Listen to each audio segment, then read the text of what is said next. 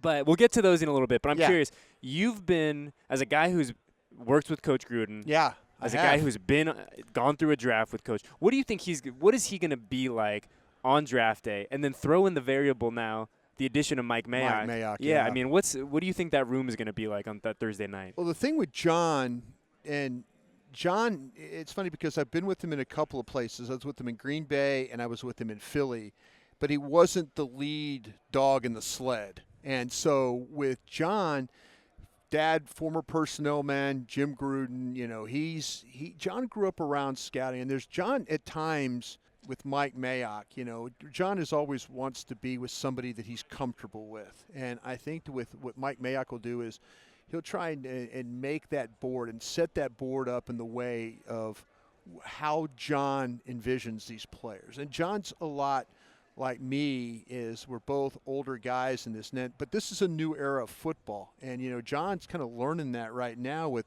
the way that you have to have personnel. He was talking about it yesterday.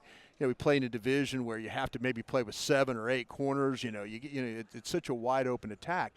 So John's got to think about his division, and that's smart. When you're playing against the Kansas Cities and the Denvers and the Chargers, and when you got those type of quarterbacks and personnel and stuff, you have to be able to win the division by being able to match up. And I think this is what we'll see. And we're very envious. I know in Dallas, even though you do have one of our picks, we're very envious though of. Because we've seen it how you can, if you hit on the picks, and that's something in Dallas that they've had great success doing is, the offensive linemen, some cornerbacks, defensive ends, people like that. If you hit on those picks, then you're able to sign those picks, and then, your team has success. And I think that's what really John's trying to do is. And John's all about guys that have the toughness, that love football. That's always really been the most important thing to him. He wants guys that love football. And Mayock will set that board up in order for them to go off and find those types of players. We've talked about, you said, trusting the board. What Mike does, going in there, is trusting the board, letting the board speak to you, and then letting kind of the pieces kind of fall where they may after that. No, that's absolutely right. And, and we had a big discussion here at the table the other day about, okay, how do you set up your board in order to maximize it? And what you never want to do is window dress your board. You never want to say, okay, well, this guy is a second-round pick, when in actuality he's really a third-round pick. You don't want to jump your board, and that's the fun part of the draft is you work so hard to get to a point of being able to say, okay, this player's here for this reason, this player's here for this reason, and then as the names come off, it then becomes very apparent who you need to pick. Instead of you don't want to panic on draft day. You don't want to get caught in a situation where you're jumping tags in order to try and make, you should, if you got a guy up on that board for a reason, take him there. And that's a great example for us back in the day was for Jason Witten, who just came back to the Cowboys the other day, yesterday, was that first round grade on Jason Witten. But we're sitting in the third round. His tag is up there. Well, Jerry Jones looked at Bill Parcells and goes, we have to take him, don't we? So that's how I think your draft boards across the league will work. You put the names up there. You have confidence in those names. The scouts agree on the names. The parts of discussion about who should take what, the hay's in the barn by the time you get to the 3 days working on the draft. So we're sitting at number 4, obviously, and coming off a 4-12 season. It's a lot of holes to pick. fill. It's a huge pick. And huge pick. We've talked. Kyle and I have talked, including you and Hellman and your guys, about at 4 you have to have a guy who steps in. Day one contributes. Right. You absolutely have to. So sitting at 4, I know we've talked a lot about going defensive line. Right. 13 sacks, not good, worse in the league, and it's an area that needs to be addressed. And so hypothetically, if the Raiders were to go defensive line at 4, who do you think is the best fit for what Coach Gruden and Coach Gunther really want to do? Well, to me, the names, I mean, one of my favorite players in this draft is Quinnen Williams from Alabama, and I think that there's a couple of these defensive linemen. If Simmons from Mississippi State didn't have the off the field and have the injury, he would be a guy that I think the gap between the two is not as deep as people are probably thinking, oh, there's Quinnen Williams, and it's just this huge gap, and it's really, really not. But I think now with the injury, Quinnen Williams is the guy that, to me, makes the most. If you want to have a dominant inside player. Which coach said, he said, absolutely. There's so much attention that so goes much to the edge rushers. And he's absolutely right. Where John is right about this is if defensive tackles are almost as important as what you're seeing now with these edge rushers. I mean, in Dallas, we're in a situation with it right now with Lawrence, with DeMarcus. We're thinking about, but they were, as the edge gets taken care of, okay, what's happening inside? Dallas is in a situation where they need inside players, and Coach is right. The quicker you could get to the ball, these quarterbacks are so athletic nowadays that they're able to handle edge pressure. It's the up-the-middle pressure that gives these quarterbacks problems. When you get right on a quarterback, when you're right over the ball, you attack the A gap right between the center and the guard, and now you're on a quarterback. There's nothing you could do. You can't escape that. So, yeah, I think that the Raiders, I really do like the Gary kid, too, from Michigan. And you and I were talking about it a little bit. What about the production? Could it be, I feel like that you could play him as an end and then play him inside if you want to put him as a nickel pass rusher. In that situation, okay, how do you maximize him if he's not getting edge pressure? We'll put him inside and then let him play as that 3 technique under tackle, where he could get on the outside shoulder of the guard and then make the attacking point from that position. So, yeah, I think that if they go defense, they being you, go defense first, I just feel like linebacker's not a good fit. Cornerback, I don't think you could go that early on a cornerback right there. But the defensive line, the defensive ends, the tackles, the ends, I think are probably the premium position. I just don't see you missing on one of those guys, like I say, Quentin Williams. I just don't see. If you draft him, he's going to play for you for a long time. And I'm curious, when you go in and you start evaluating defensive line in particular, like what do you really look for when you're looking at these guys coming out? What are the kind of three, the things that they need to check those boxes for? Yeah, well, to me, though, I want to see a guy that, number one, when you're talking defensive lineman, I always want somebody that plays square. If you're evaluating tape and you're watching a player that you cannot, especially defensive line, and you can't see the back of his numbers, in his name on the back of his jersey the whole time, that's a red flag to me, because that means that player's always getting moved turned. a little He's bit. Getting turned. He's getting moved. If you get players that play square, you play square along the line of scrimmage, be able to extend on the blocker, control the blocker, and depending on what scheme you're in, if you see some college kids are like in Alabama with Williams, you'll see what we call a 2-gap scheme where you extend, you look inside, you look outside, and you find the football.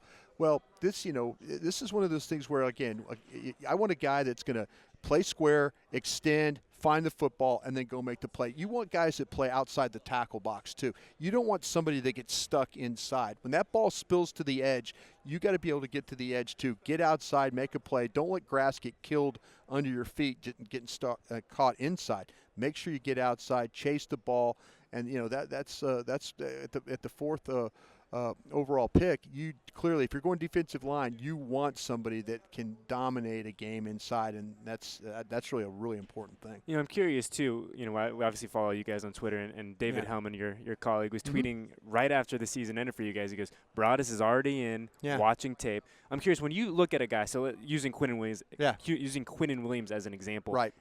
How much of his tape do you watch? Do you start from his beginning of his college career, his last year? Like, what kind of is your process in terms of getting a really good picture of who these guys are? What you try and do, and the great thing about working with the Cowboys is that Jerry Jones, Stephen Jones treat me like a scout. So the same tape that the scouts watch, all the games, we get all the games in, and then they cut the tape up. So like they will cut it up game by game. So you will see point of attack plays. You could see, okay, give me all the twist stunts. Give me all. So the way, when I first started in the league in 1992, it was all on beta tapes, and then you physically had to go cut all that up. Well, now with the way the computers are and stuff like that, with the different systems, you could say, give me, okay, for a wide receiver, give me all his balls thrown his direction. Give me all the routes he ran from the right side. Give me all the routes from the left side. So it's really become just a, if you want to, you can really dive in on a player. Alabama tape is excellent. They play great competition. You could see them play in playoff games. You could see them, for example, Jonah Williams, the big tackle from Alabama. You could watch him, play against Clemson with Farrell and that group. So you can create some matchups, because you get all the tape. But I generally sit down. I watch early games. I watch games in the middle, and then I try and catch if they're in a bowl game, playoff game, championship game, whatever I could do to watch, because that way you get the best idea about the player throughout the season. You get some players sometimes that start really well and don't finish well.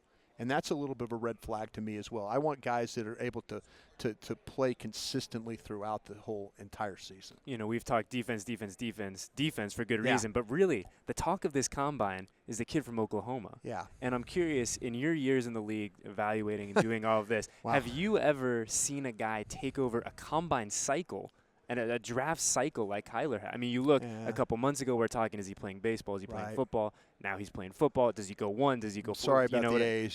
Don't be. But I'm curious, like, where – I can't remember, at least in my memory, a guy who was kind of dominated and not even really saying much either. Right.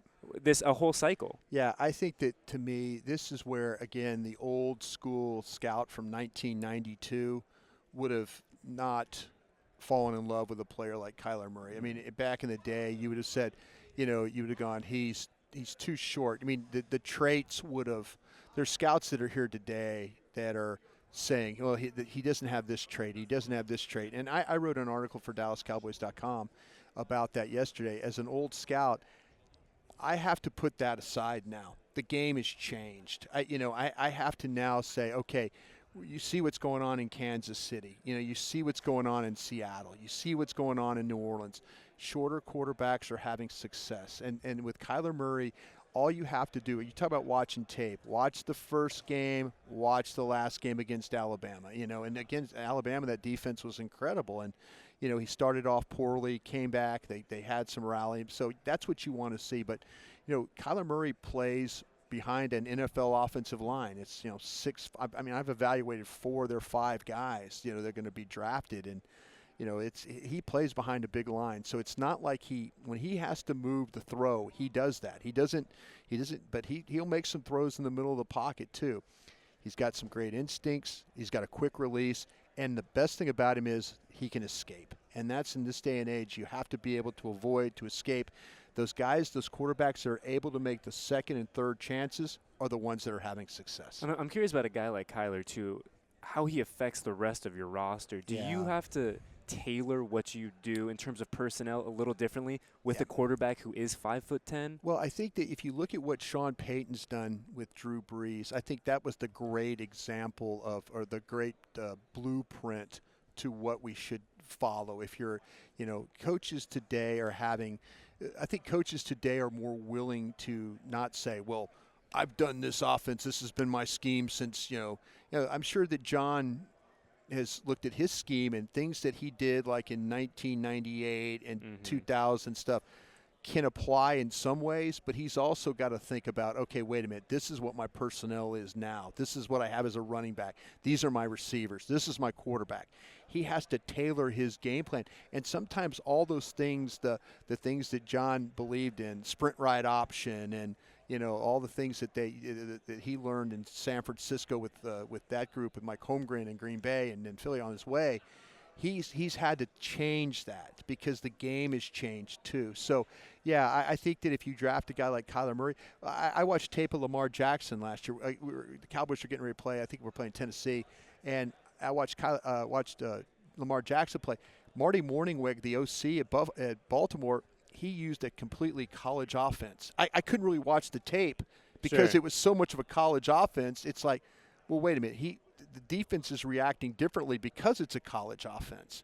So, yeah, I think coaches nowadays are more willing to change their scheme ideas to tailor to their players as maybe 15, 20 years ago, that wasn't the case at all. Do you think that's a challenge for the other guys on the team, especially on an offense where you bring up a guy like Lamar and they're essentially running a college offense? Right. Is that harder for the linemen, the receivers? Is it collectively? Is it to kind of make that switch? As long as you have the same coordinator that has some of the core values that he's like, okay, this is what I want to do. But I've got to do, Morningweg had an idea, okay, with Joe Flacco, I was doing this. With Lamar Jackson, I'm doing this.